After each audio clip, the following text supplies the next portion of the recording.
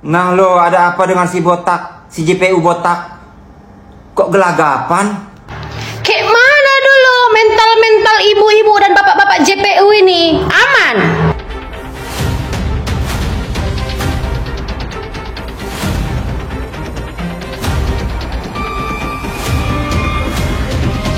Mantan saksi kasus Verdi Sambo bantu Nikita Mirzani sebut tidak ada pemerasan. Saksi ahli Frans Assisi hadir di persidangan dan menjelaskan percakapan soal kompensasi 4 miliar rupiah bukan pemerasan, melainkan permintaan tolong dan negosiasi bisnis. Dia menegaskan tidak ada ancaman atau tekanan dari pihak Nikita sama sekali.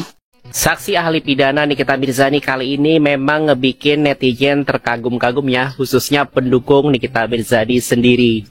Jadi sahabat cendol, ada 2 poin penting yang cukup menarik untuk kita perbincangkan setelah kesaksian ahli pidana Nikita Mirzani ya.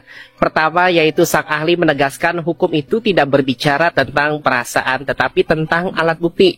Ini sejalannya dengan prinsip yang selalu kita pakai ya, bahwa dalam proses hukum apalagi pidana ya, yang diukur itu bukan rasa suka, bukan rasa benci, kasihan atau marah, tapi alat bukti yang sah dan relevan menurut KUHAP. Itu artinya bahkan kita sebagai pendukung ya atau pengkritik pun seharusnya belajar bersikap objektif, tidak ikut terbawa rasa, fokus pada fakta dan bukti. Poin kedua yang tidak kalah heboh adalah pernyataan ahli pidana ya, bahwa kalau Nikita Mirzani kena TPPU ya, seharusnya Reza Gladys juga bisa kena TPPU. Jadi banyak sahabat channel yang langsung berpikir ya, berarti keuangan dari Reza Gladys harus diperiksa juga dong gitu ya. Nah sebenarnya ini adalah logika hukum sekaligus bentuk sindiran atau sarkasme dari sang ahli. Jadi gini Sobat Cendol, secara ilmiah pasal 3 Undang-Undang TPPU mewajibkan adanya unsur mengetahui atau patut menduga ya, bahwa harta itu adalah hasil tindak pidana dan ada perbuatan aktif untuk menyamarkan asal-usulnya. Jadi kalau misalnya betul nih si Reza Gladys diperas dan merasa terancam ya, ia adalah korban dan unsur kesengajaan harusnya sih tidak terpenuhi ya. Tetapi kata ahli tadi kan apabila si Reza Gladys sejak awal tahu itu adalah tindak pidana dan tetap melanjutkan komunikasi ya hingga transaksi 4 miliar rupiah, maka secara logika hukum ya ia juga memenuhi pola tindak pidana pencucian uang atau setidaknya turut serta mengalirkan dana dari hasil tindak pidana. Tapi sebenarnya argumen ini bukan berarti Reza Gladys otomatis pelaku TPPU ya dalam kasus ini, melainkan cara si saksi ahli pidana tadi ya menyoroti adanya inkonsistensi perilaku dari korban ya.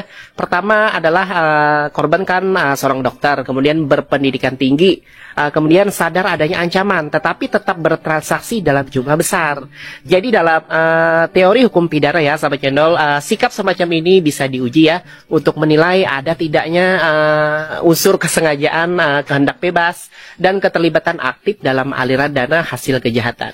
Jadi sahabat channel, pernyataan ahli pidana tadi bukan sekedar membela Nikita Mirzani ya, tetapi mengajak kita berpikir secara objektif dan logis tentang hubungan antara korban dan pelaku, kemudian unsur kesengajaan dan batasan TPPU. Jadi kesaksian dari saksi ahli tadi itu jelas membuka perspektif baru buat kita semua ya sahabat channel, bahwa hukum pidana tidak boleh pakai perasaan, hanya pakai bukti. Dan argumen tentang TPPU ya adalah contoh logika hukum yang tajam untuk menguji konsistensi fakta. Nah lo, ada apa dengan si botak, si JPU botak? Kok gelagapan? Kok kayak gugup gitu ngasih pertanyaan? Biasanya sidang-sidang sebelumnya panjang kali lebar, lebar kali luas ngasih pertanyaan kepada ahli. Ini kok cuma A, B, C, D, selesai yang mulia. Dan yang dipertanyakan A, B, C, D itu yang sudah dipertanyakan, yang sudah dijawab. Udah dijawab sama ahli, tidak ada hukum pemaksaan. Dipertanyakan lagi sama botak. Kayak gugup gitu loh si botaknya. Ada apa botak? Apa merasa keringat panas dingin kau keluar? Karena ahli yang kemarin itu udah benar-benar ahli kejujuran. Bukan kayak mungkin ahli-ahli sebelumnya mungkin ada pleng-pleng sedikit. Ataupun si botak dan si kiri kanan bermasker itu takut hilang jatah mingguannya atau jatah bulanannya. Gimana nih botak? JPU botak bisa diketawain sama seorang terdakwa, seorang Nikita Mirzani. Astaga botak, kemana suara Anda yang lantam kemarin botak?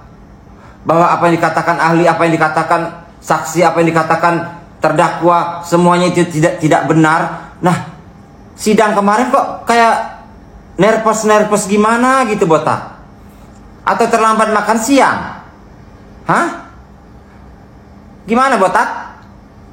Kebenaran udah dikatakan sama seorang ahli, bahkan hakim juga kalau menilai lebih ke berpihak kepada ahli, si botak berusaha untuk mengalihkan, si botak berusaha untuk mengecohkan seorang ahli agar menjawab di luar daripada pertanyaan yang diajukan botak. Tidak semua orang botak, ya, tidak semua orang, ya, telinganya bisa kau isi, lalu nanti otaknya kau cuci agar kau bertanya A, ahli menjawab B. Tidak semua orang botak, ya. Nah, disinilah sedikit demi sedikit, ya, setiap persidangan kebenaran akan datang, ya, botak, ya. Sama JPU kiri kanan kau itu kayaknya sudah nggak garang lagi sekarang. Kemarin tuh garang banget, kayak ibaratnya apa ya, batok dibakar, nah itu baranya tuh. Nah sekarang udah kayaknya udah enggak. What happened ayat nawan nih? Kayak mana dulu mental ibu-ibu dan bapak-bapak JPU ini? Aman? Sehat hari ini? Sehat lah ya.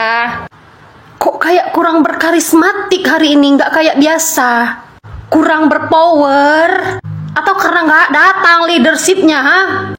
Padahal netizen ini nunggu aksi kalian loh, bertanya dari pucuk sampai akar. Tapi kenapa pertanyaan kalian tuh tipis sekali? Cuma segitu aja pertanyaannya. Jadi untuk apa kertas setinggi-tinggi gunung di depan kalian? Segitu panjangnya penjelasan ahli, masa JPU nggak punya pertanyaan? Nggak main. Berbeda sekali saksi ahli yang dihadirkan oleh pihak Nikita Mirzani dengan saksi ahli yang dihadirkan oleh pihak JPU. Ahli apa namanya? Ahli kubur apa ahli neraka? Apalah itu, ahli ang-ang-ang.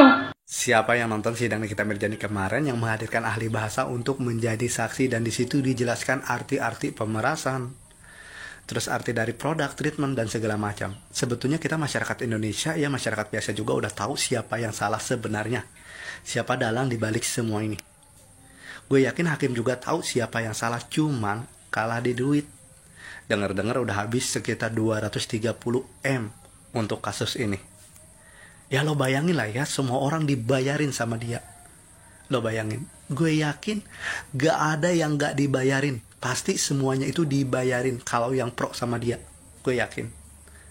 Ini bukan fitnah ya, coba lebih ke kayak feeling aja gitu. Masa sih kasus ini gak selesai-selesai kalau bukan karena ini? Dan di akhir, si ahli itu berpesan untuk Mahkamah Agung tentang keadilan. Keadilan di negeri ini yang katanya memang gak adil. Informasi terupdate hari ini, wadidaw. Dari hasil kesaksian para ahli dalam persidangan Nikita Mirzani kemarin, menurut ahli perdata, kasus Nikita Mirzani ini tidak ada unsur pemerasan, melainkan semuanya adalah kesepakatan. Di mana ketika Dr. Reza Gladys memberikan sejumlah uang kepada Nikita Mirzani, disitulah sudah ada kesepakatan kerjasama. Di mana Nikita Mirzani harus keep silent tentang produk Dr. Reza Gladys yang tidak memenuhi standar penjualan di Indonesia. Dan menurut ahli bahasa, kasus Nikita Mirzani ini tidak ada unsur pengancaman, melainkan di sini hanya ada meminta tolong. Di mana Dr. Reza Gladys meminta tolong kepada Nikita Mirzani melalui Ismail Marzuki dengan membahasa gimana baiknya Mail. Di situ seolah-olah Dr. Reza Gladys sedang memohon bantuan kepada Ismail Marzuki. Nah, di mana Nikita Mirzani ini adalah seorang artis dengan red card yang fantastis, ditentukan di harga 5 miliar rupiah. Oke ya, Fik, Nikita Mirzani bukanlah pemeras. Sekali lagi, Nikita Mirzani bukanlah pemeras. Kasus ini adalah kesepakatan. Oke, well, waduh, meledak nggak tuh, wadidaw. Oknum para JPU kali ini puyeng guys. Bagaimana gak puyeng, para ahlinya pade-pande sehingga terjawab semua. Mumet guys, sudah dibilang sama hakim, jangan pertanyaannya sudah dijawab ditanya-tanya lagi. Tapi tetap saja ditanya, nggak fokus ya. Pusing ya kepalanya. Dari para ahli perbahasa sudah ditanya, dijawab, ditanya lagi. Udah itu dikasih pertanyaan lagi, tanya itu lagi, udah dijawab, tanya lagi. Dari saksi perdana menewah, ditanya lagi, padahal sudah dijawab. Iya, nggak fokus yo, nggak fokus yo, mumet yo, denger ceramah para ahli yo. Oh, yo baru ngerti yo. Kasihan mumet dasih kotak itu.